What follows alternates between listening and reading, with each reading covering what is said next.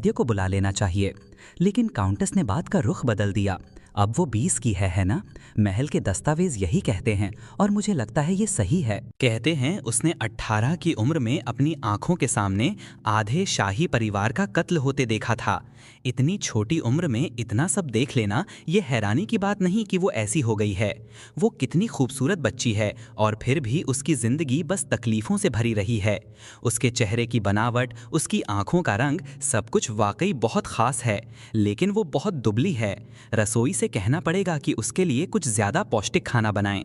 AD को हमेशा यही लगता था कि उसकी मालकिन को अपनी नई बहू की कोई परवाह नहीं, लेकिन आज उसने देखा कि काउंटेस ने हर चीज पर ध्यान दिया था, हर छोटा सा पहलू। और तभी एडी के सीने में एक जानी पहचानी टीस उठी। क्या ये हो सकता है कि मैडम को उस लड़की में कोई और नजर आता हो? शायद राजकुमारी में उन्हें कोई अपना दिखता हो। तभी काउंटेस ने नीचे झांका। मिशा की आंखें खुल चुकी थीं और उसके होठों पर एक हल्की मुस्कान थी। काउंटेस ने कहा, मिशा को नाखून थोड़े काटने पड़ेंगे और बाल भी अच्छे से संवारने होंगे। जब एरिक अपनी ट्रेनिंग से लौटकर आया तो उसे बताया गया कि राजकुमारी उसकी मां के पास है, और जैसे ही वो काउंटेस के कमरे के दरवाजे तक पहुंचा, अंदर से आवाजें आ रही थीं। मैडम, क्या आप चाहेंगी कि मैं राजकुमारी के पैर के नाखून काट दूं? नहीं, इसकी जरूरत नहीं, मैं खुद कर लूंगी। अचानक बदलाव से वो घबरा सकती है। उसकी मां ने बहुत नरम स्वर में जवाब दिया। तुम क्या कर रही हो? एरिक दरवाजे पर ही ठिठक गया। आंखें आश्चर्य से फैल गईं। जैसे ही उसने कमरे में कदम रखा, कुछ अजीब महसूस हुआ। उसकी माँ, जो हमेशा शांत और सोच समझकर चलने वाली थीं, ऐसी औरत थीं जो दया तो दिखा सकती थीं पर कभी आत्मीयता नहीं, यहाँ तक कि अपने बेटे के साथ भी। लेकिन जिस तरह से वो अभी राजकुमारी को देख रही थीं, वो भावनाएं साफ थीं। उस नज़र में एक ऐसी ममता थी जो उन्होंने तब से नहीं दिखाई थी जब एरिक की बहन रॉयर जिंदा थी। अगर माँ मिशा में अपनी बेटी को देखने लगी हैं तो क्या मैं सच में इसे ऐसे ही चलने दे सकता हूँ? एरिक तेजी से आगे बढ़ा। कैंची मुझे दो, मैं ही कर देता हूँ। उसके मन में ये ख्याल इसलिए आया क्योंकि उसे अब भी वो दिन बहुत अच्छे से याद था जब उसकी बहन की मौत हुई थी, और उस दिन उसकी माँ का चेहरा कैसा था। उसे नहीं पता था कि उसे ये सब यहीं रोक देना चाहिए या नहीं, लेकिन उसने खुद से कहा, रहने दो। उसका चेहरा गंभीर था, लेकिन उसके हाथ निपुणता से हिले। उसने बड़े ध्यान से राजकुमारी के नाखून काटे। मिशा ने हल्के से ऊपर देखा। उसकी चमकदार नीली आंखें एरिक पर टिकी थीं। उनमें एक शांत सी जिज्ञासा थी। गुदरुदी होती है, उसने धीमे से कहा, और तभी एडी के शरीर में एक ठंडी लहर दौड़ गई। उसने मिशा की तरफ देखा और एकदम रुक गई। किसी एक पल में मिशा के चेहरे का पूरा भाव बदल गया था। ओ नहीं, अब ये खुश नहीं लग रही। एडी की नज़र पास रखी मिठाइयों की थाली पर गई। उसने बिना सोचे एक मिठाई उठाई और मिशा के मुंह में डाल दी। एक पल के लिए कमरा एकदम शांत हो गया। सब उसे घूरने लगे। एरिक ने पलकें झपकाईं और सच्ची हैरानी से पूछा, तुमने ऐसा क्यों किया? एडी ने सीने पर हाथ रखा और राहत से कहा, वो थोड़ी परेशान लग रही थी अभी, लेकिन जब भी मैं उसे मिठाई देती हूँ वो तुरंत शांत हो जाती है। मुझे लगता है उसे मिठाई बहुत पसंद है। काउंटेस हंस पड़ी। जब वो इस तरह खाती है तो बहुत प्यारी लगती है। उसे ऐसे खाते देखना सच में मेरा मूड भी हल्का कर देता है। जब एरिक ने सुना कि मामा उसे अपने साथ बाहर ले गई थीं तो उसकी चिंता कुछ कम हुई, क्योंकि जब काउंटेस साथ होती है तो किसी असली खतरे की उम्मीद नहीं होती। फिर भी उसने सोचा, आज का दिन मिशा के लिए थोड़ा ज्यादा थका देने वाला रहा होगा। शायद उसे चैपल बिल्कुल पसंद नहीं। शुरुआत में जब माँ ने कहा कि चलो साथ चलते हैं तो मिशा बिना कुछ कहे उनके पीछे चली गई, लेकिन जैसे ही वो चैपल के दरवाजे पर पहुंची वो जिद पर अड़ गई और अंदर जाने से साफ मना कर दिया। आखिर में उन्हें मिशा को 2 नौकरानियों के साथ बाहर ही इंतजार करने देना पड़ा जब तक प्रार्थना पूरी नहीं हुई। सोचकर लगता है आज उसका मूड अच्छा नहीं रहा होगा। शायद कल की तरह आज भी कुछ मीठा उसे थोड़ा बेहतर महसूस करा दे। इसलिए एरिक ने सेवक को रोजाना मिठाई तैयार रखने का आदेश दिया ताकि जरूरत पड़ने पर टेबल पर मौजूद रहे। उसी शाम मिशा चुपचाप बैठी थी, मुंह खोले, जैसे इंतजार कर रही हो कि एरिक उसे खाना खिलाए। एरिक मुस्कुराया, आज तो बहुत आज्ञाकारी लग रही हो। फिर बोला, लगता है अब तबीयत भी ठीक है, पर सिर्फ मांस मत खाओ, कुछ सब्जियां भी खा लो। उसने प्याज और बीफ को एक साथ चम्मच में रखा और उसका मुंह की तरफ तरफ बढ़ाया, लेकिन जैसे ही चम्मच मुंह तक पहुंची प्याज फिसलकर नीचे गिर गया। कोई बात नहीं, मैं दूसरा ले आता हूँ, एरिक ने धीरे से कहा और हाथ बढ़ाया, लेकिन बीच में ही रुक गया। प्याज सीधा उसके सीने पर गिरा था। अब मामला थोड़ा अजीब लगने लगा। अचानक ही उसे हल्का तनाव महसूस हुआ। क्षमा करना, ये थोड़ा अनुचित हो सकता है। वो थोड़ा झुककर प्याज उठाने की कोशिश करने लगा, बिना छुए, बहुत ध्यान से, बहुत सम्मानपूर्वक। लेकिन जैसे ही खाना फिर से उसके सामने आया, मिशा अचानक झपट पड़ी, जैसे उसे किसी ने बहुत देर से भूखा रखा हो। वो सीधे खाने की तरफ मुंह बढ़ाने लगी। एरिक ने जल्दी से चम्मच पीछे खींच लिया, लेकिन तब तक मिशा ने उसका हाथ पकड़ लिया। एरिक ने कहा, मैं तुम्हारे लिए नया लाता हूँ, ये गिर गया है, साफ नहीं है। लेकिन मिशा तो जैसे जिद पर अड़ गई। उसका छोटा सा चेहरा गुस्से और नाराजगी से भर गया, होंठ फूले हुए, आंखें छोटी हो गईं। एरिक उसे ज्यादा जोर से खींचना नहीं चाहता था। डर था कहीं उसे चोट न लग जाए, और तभी मिशा को मौका मिल गया। उसने अचानक उसकी उंगलियों पर जोर से काट लिया। उसके दांतों की धार और होंठों की नरमी का मिला जुला एहसास एरिक के शरीर में जैसे बिजली सा दौड़ गया। उसने झटके से हाथ पीछे खींच लिया, जैसे किसी गर्म चीज से छू गया हो। मिशा चौंक कर उसे देखने लगी, लेकिन फिर उस छोटी बिल्ली की तरह जो अपने शिकार से चूक जाए, उसने गुस्से में टेबल क्लॉथ खींच दी और पूरा खाना पलट दिया। दरवाजा चरमराया और डायाल अंदर आ गई। उसके चेहरे पर साफ झलकता हुआ तिरस्कार था। उसने कहा, फिर से? हर बार खाना इसी तरह बर्बाद होता है। क्या उसे कभी थकावट नहीं होती? वो वहीं बैठा रहा, एकदम शांत। उसकी उंगलियां अब भी कांप रही थी। काटे जाने की उस गर्म और भीगी सी अनुभूति की स्मृति अब भी उसमें बसी हुई थी। बुरा ये था कि वो एहसास अभी तक गया नहीं था। उस क्षण की तस्वीर जब उसके होंठ उसकी उंगली के चारों ओर लिपटे थे, बार बार उसकी आंखों के सामने आ रही थी। और उससे भी बुरा ये था कि वो उसे महसूस कर पा रहा था। हाँ, तकनीकी रूप से वो उसकी पत्नी थी, लेकिन असलियत में उसका बर्ताव किसी छोटे बच्चे जैसा था। शायद उसे ये भी नहीं समझ कि पति का मतलब क्या होता है, और इसीलिए उसे एक स्त्री के रूप में नहीं देखना चाहिए। एरिक ने मन ही मन खुद से ये बात बार बार दोहराई। कोई भी सोच, कोई भी भावना उसके मन में नहीं होनी चाहिए थी, बिल्कुल भी नहीं। लेकिन उसके कानों पर चढ़ी लालिमा और मिशा की ओर देखने से बचता हुआ उसका चेहरा साफ उसकी सच्चाई उजागर कर रहा था। कुछ ही देर बाद काउंटेस ने उसे सूचित किया कि बुधवार को एस्टेट में एक कविता पाठ कार्यक्रम रखा गया है। उसने कहा कि उस दौरान वो मिशा पर नजर रखे। हालांकि ये सुनने में एक सीधा साधा आयोजन लगता था, लेकिन असल में ये एक ऐसा छिपा हुआ मंच था जहां कुलीन घरों की महिलाएं आपस में फुसफुसाते हुए राज दरबार की भ्रष्टताओं और सत्ता के समीकरणों पर चर्चा करती थीं। और इस बार ये आयोजन क्लैडनर परिवार के एस्टेट में हो रहा था। तैयारियां कई दिनों से चल रही थीं। खास बात ये थी कि क्रिस परिवार की मार्शनेस और उनकी इकलौती बेटी भी आने वाली थीं, और भले ही टूटी हुई सगाई उनकी गलती ना रही हो, लेकिन तनाव होना तय था। सब कुछ समझाने के बाद काउंटेस ने मिशा का हाथ पकड़ा और ग्रीन हाउस की ओर चल पड़ी। एरिक ने अपनी नजरें फेर लीं, मिशा की ओर सीधे देखने से बचते हुए, लेकिन फिर भी उसके मुंह से खुद ब खुद शब्द निकल गए, मिशा, आज तुम्हें मजा आया? काउंटेस हंस पड़ी। तुम तो किसी पिता जैसे लग रहे हो जो अपनी बेटी को नैनी के पास छोड़ रहा हो। क्यों ना तुम भी साथ चलो? एरिक ने जल्दी से जवाब दिया, मुझे कुछ काम है, बस यूं ही उसे देखने चला आया था। लेकिन जैसे ही उसकी नजर मिशा पर पड़ी, उसकी सारी बातें गले में ही अटक गईं। फिर उसने धीरे से कहा, ठीक है, जरा एक नजर डाल ही लेता हूँ।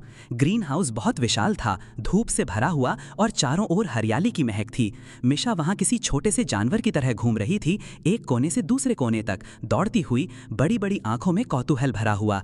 उसे इस तरह देखकर एरिक के मन में सुबह से भरा तनाव धीरे धीरे ढलने लगा। लेकिन तभी दो दासियां जो अक्सर मिशा के साथ खेलती थीं उसकी ओर आईं। ओ लेडी मिशा, आप भी यहाँ हैं? आपने हमें पहले क्यों नहीं ढूंढा? हम तो दिन भर आपकी राह देख रही थीं। लेकिन अगले ही पल जैसे ही मिशा की नज़र उस पिंजरे में बंद पक्षी पर पड़ी, वो एकदम वहीं जम गई, जैसे किसी ने उसे जमीन से जड़ दिया हो। आसमान में बिजली कौंधी, तेज गड़गड़ाहट के साथ अंधकार को चीरती हुई। भव्य हॉल में कौवे पंख फड़फड़ाते हुए चीखने लगे। उनकी आवाज़ें हवा को चीरती जा रही थीं। दीवारों पर खून के छींटे थे, और उसके पैरों के नीचे वही डरावना दृश्य बिछा था जिसे वो इतने समय से भुलाने की कोशिश कर रही थी। एक तोता बोला, उसकी आवाज़ बिगड़ी हुई थी, लगभग अमानवीय, मिशा, मुझे लगता है माँ ने कुछ गलत किया है, लेकिन जब माँ कुछ गलत करती है तब भी उसे सज़ा मिलनी चाहिए, है ना? इसीलिए अब माँ। इसके आगे की बात एक भयानक चीख में डूब गई। मिशा ज़मीन पर गिर पड़ी, अपने सिर को पकड़कर कांपती रही। उसका पूरा शरीर जैसे पीड़ा और घबराहट से थरथरा उठा। वो ज़मीन पर सिकुड़ गई, हाँफती हुई। चारों ओर खड़े सेवक एक दूसरे की ओर देखने लगे। किसी की आंखों में चिंता थी, किसी की आंखों में डर। कुछ लोग स्तब्ध थे और कुछ के चेहरे पर खुला तिरस्कार था। हर दिशा से नजरों का सैलाब उस टूटी हुई लड़की की ओर मुड़ गया, जो एक बार फिर सबकी निगाहों के बीच घिर गई थी। और जब सभी स्तब्ध खड़े थे, तब एरिक ही था जो सबसे पहले उसकी ओर दौड़ा। क्या तुम ठीक हो? उसने घुटनों के बल बैठते हुए पूछा। लो, मुझ पर भरोसा करो, मुझ पर झुक जाओ। लेकिन वहां खड़े बाकी लोग अभी चुप थे। किसी को ठीक से समझ नहीं आ रहा था कि अभी क्या हुआ था। मिशा अचानक एरिक की बाहों में समा गई, जैसे उसकी दुनिया में बची आखिरी उम्मीद वही हो। उसका शरीर बुरी तरह कांप रहा था, जैसे कोई अदृश्य डर उसे जकड़े हुए हो। एरिक की आवाज भरी हुई थी। ये सब क्या हो रहा है? मलिका ने सपाट स्वर में जवाब दिया। युवती ने उस पक्षी को देखकर प्रतिक्रिया दी है। उसे पक्षियों से डर लगता है। लेकिन फिर उसने धीरे से जोड़ा, मगर ये सिर्फ डर नहीं है, उसकी हालत हमेशा से थोड़ी अलग रही है। तभी काउंटेस की आवाज़ तीखी और कठोर उभरी। और ये बात हमें पहले बताना ज़रूरी नहीं समझा? अगर तुम लोग इतनी सी बात नहीं संभाल सकते तो इस एस्टेट में तुम्हारा काम क्या है? तभी एक दासी ने तंज भरे लहजे में कहा, क्या हम ही नहीं हैं जो रोज़ उसे नहलाते और कपड़े पहनाते हैं? एक छोटी सी बात भूल गए तो क्या मैं अब इतने अपमान की हकदार हो गई? तुम बात ही क्या कर रही हो? एडी की आवाज़ गूंज उठी, गुस्से और हैरानी से भरी हुई। लेकिन काउंटेस चुप रही और उस खामोशी में एक खतरनाक सर्द हवा घुल गई। एरिक ने उसकी माँ की आंखों में वो हल्का मगर ठहरा हुआ असंतोष महसूस किया। मगर मिशा की हालत ऐसी थी कि वहां रुकने का कोई सवाल ही नहीं था। उसने बिना देर किए उसे अपनी बाहों में उठाया और ग्रीन हाउस से बाहर निकल गया। उसे याद आया कि उसने क्वेल भी ठुकरा दिया था, शायद उसी वजह से। अब से तय हो गया था कि खाने की मेज पर कभी कोई पक्षी का मांस नहीं परोसा जाएगा और ग्रीन हाउस से भी सारे पक्षियों को हटाया जाएगा। मिशा ने धीरे से हाथ उठाकर इशारा किया। क्या तुम आंगन चलना चाहती हो? एरिक ने कोमल स्वर में पूछा। वहां भी शायद पक्षी होंगे। लेकिन मिशा ने सिर हिलाया। वो फिर भी वहां जाना चाहती थी। एरिक ने भी हल्की मुस्कान के साथ सिर हिलाया। सोचने लगा, उस दिन माँ के साथ चैपल जाने के अलावा उसे एस्टेट के अंदर ही इतने दिनों से बंद रखा गया है। शायद थोड़ी ताज़ी हवा उसे अच्छा महसूस कराए। एरिक ने धीरे से उसके गाल से आंसू का आखिरी कतरा पोंछा। अब सब ठीक है, आराम से सो जाओ। अगर कोई पक्षी पास आया तो मैं उसे भगा दूंगा। जब तुम सो जाओगी तो मैं तुम्हें वापस तुम्हारे कमरे में ले जाऊंगा। इतना कहकर उसने नजरें आंगन की ओर मोड़ लीं, एकदम सतर्क और शांत अंदाज में। शायद ये तूफान के बाद की शांति थी। लेकिन मिशा की पलकों ने धीरे धीरे झपकना शुरू किया और फिर वो नींद में डूब गई। कुछ देर बाद एक आकृति दूर से आती नजर आई। उसकी आवाज बिल्कुल हल्की और लापरवाह थी। बाहर टहलने निकले हो अपनी पत्नी के साथ? हाँ, आजकल तो तुम दोनों कुछ ज्यादा ही नजदीक दिखते हो। उसने हल्का झुककर देखा। ओह, सो रही है क्या?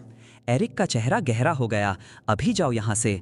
वो आदमी और भी पास आ गया, होंठों पर एक मुस्कान। छह, हमेशा इतने सख्त क्यों रहते हो? क्या डर है कहीं तुम्हारी नन्ही सी बेबी जाग ना जाए? बातें हो रही हैं जानो, लोग चर्चा कर रहे हैं। यहाँ तक कि मेरे घर में भी बातें पहुँच चुकी हैं तुम्हारे बारे में। एरिक ने आखिरकार उसकी आंखों में देखा। इस बार किसने ये बातें फैलाईं? उसके मन में पहले से ही शक था। उसका चाचा कब से पारिवारिक शाखाओं में समर्थन जुटा रहा था और एम्बेरिक को उत्तराधिकारी बनाने की चालें चल रहा था। ऐसे समय में उत्तराधिकारी की निजी जिंदगी को लेकर उड़ती खबरें बिल्कुल भी मददगार नहीं थीं। तुम्हारे एस्टेट में एक लाल बालों वाली नौकरानी है ना? नाम है बैना शायद। और एक दुबला पतला भूरे बालों वाला सेवक लड़का भी है। वही दोनों तो हर जगह बातें फैला रहे हैं। जो सामने खड़ा था वो कोई और नहीं, एम्बेरिक ही था। स्वभाव से बेपरवाह, मगर शब्दों में छिपी चालाकी साफ झलक रही थी। उसे कभी भी घर के मुखिया बनने में जरा भी दिलचस्पी नहीं थी। दोनों ने साथ मिलकर युद्ध भूमि में लड़ाइयां लड़ी थीं और उनका रिश्ता खून में नहाकर बना था। तभी से एम्बेरिक ने एरिक का हमेशा बिना सवाल समर्थन किया। एरिक ने कहा, तुम्हारा फिर से शुक्रिया। एम्बेरिक हंसा। बकवास मत कर, सच कहूं तो तुम दोनों ने इस घर की जिंदगी काफी दिलचस्प बना दी है। लेकिन सच सच बताओ, चल क्या रहा है तुम्हारे बीच? वो मुस्कुराया। सुना है तुम राजकुमारी पर पूरी तरह लट्टू हो गए हो। यहाँ तक कि सुना है उसके पैर के नाखून भी खुद काटे तुमने। एरिक झल्लाया। और क्या करता? माँ से करवाता। एम्बेरिक ने सिर हिलाया। बात तो सही है, और फिर जोर से हंस पड़ा। लेकिन आज तुम्हें देखकर लग रहा है कि तुम कुछ ज्यादा ही बह रहे हो। क्या कहना चाहते हो तुम? एरिक की आवाज अब पूरी तरह सख्त हो गई थी। एम्बेरिक बोला, नौकरानियां कहती हैं कि तुम्हारी पत्नी कभी खुद चलती ही नहीं, तुम ही उसे हर जगह उठाकर ले जाते हो। तुमने उस दिन उसे देखा था, है ना? एरिक भड़क उठा। उसके पैर कमजोर हैं, उसे खुद पर जरा भी नियंत्रण नहीं है। क्या चाहता है तू? मैं उसे जमीन पर घसीटता फिरूं जैसे शादी के दिन किया था? अगर वो तेरे परिवार की होती, क्या तू भी ऐसा ही करता? एमरिक का चेहरा बिगड़ गया। फिर वही बात, तुम्हारी वही अजीब सी करुणा। देखो, मैं समझता हूँ शायद तुम्हारे पास और कोई रास्ता नहीं था, लेकिन फिर भी समझ नहीं आता। जब मैंने पहली बार ये बातें सुनी तो सोचा कोई चाल चल रहे हो तुम, राजा को बेवकूफ़ बना रहे हो। मैं तो थोड़ा प्रभावित भी हुआ था, लगा तुम कोई खेल खेल रहे हो। लेकिन अब जब कोई देख भी नहीं रहा तब भी तुम इतनी दूर जा रहे हो। क्या तुम सच में उस औरत को अपनी पत्नी मानकर रखोगे? एरिक की नज़रों में अचानक एक ऐसी धार उभरी जो किसी तलवार से कम न थी, बिल्कुल जानलेवा। जो कभी सिर्फ मेशा को आराम देने की बात थी, अब एरिक के भीतर गुस्से से भड़क उठी। बस बहुत हुआ, चुप हो जा।